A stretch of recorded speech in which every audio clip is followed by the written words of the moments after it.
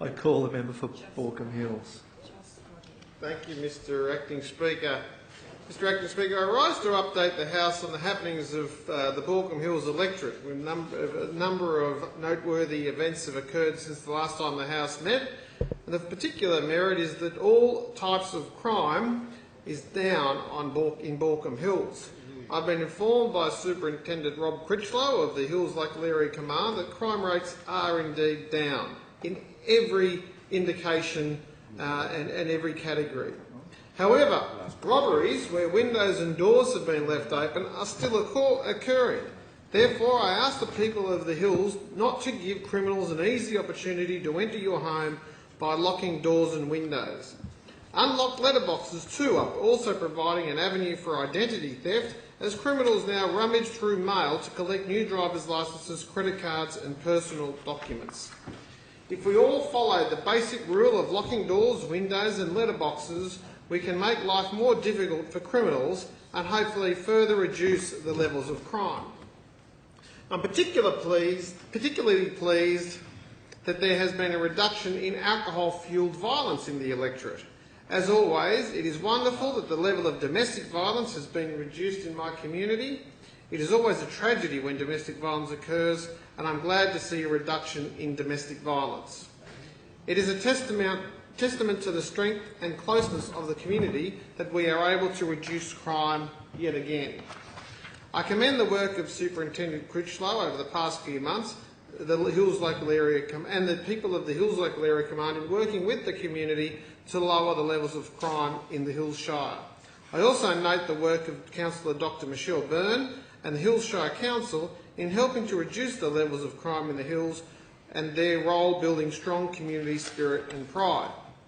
Mr Acting Speaker, last Monday night the Castle Hill RSL sub-branch had its annual general meeting, and I was joined with 120 local ex-service personnel and returned servicemen.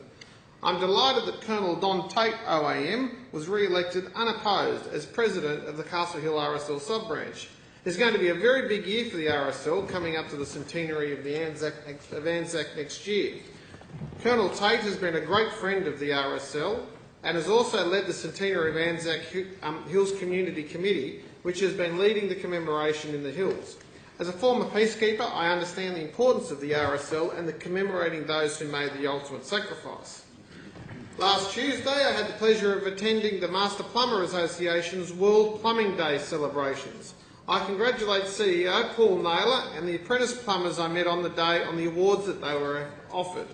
I note that plumbing often goes underappreciated in the first world. Having lived in a third world country, I know there is nothing more important than fresh, clean running water and proper sewerage systems.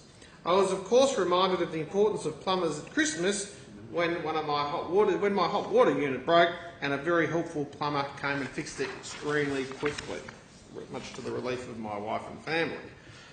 I was also pleased to be able to join the member for Auburn at my former school, the Regents Park Christian School, last week, where I delivered the occasional address at their annual awards evening. I calculated that I was last there 27 years and 27 kilos ago, when it was in fact the Christian Community High School. I spoke of the importance of Thanksgiving, noting the importance of being grateful for the education that parents and our community provides them and indeed provided me.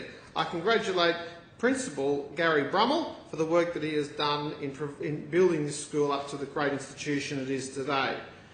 Finally, I note that the member for Auburn's here. I do recognise her in the chamber and for the support she's given that school. Finally, I note that Notre Dame University's Northwest campus has been operating for 1 year this week. And this week we celebrated a reception hosted by the Mayor, Dr Michelle Byrne. I also acknowledge the contribution of Dr Jim Taggart and the Dean, Associate Professor Jeff Morris, in bringing to the Hills, and particularly the Norwest Business Park, its first university campus.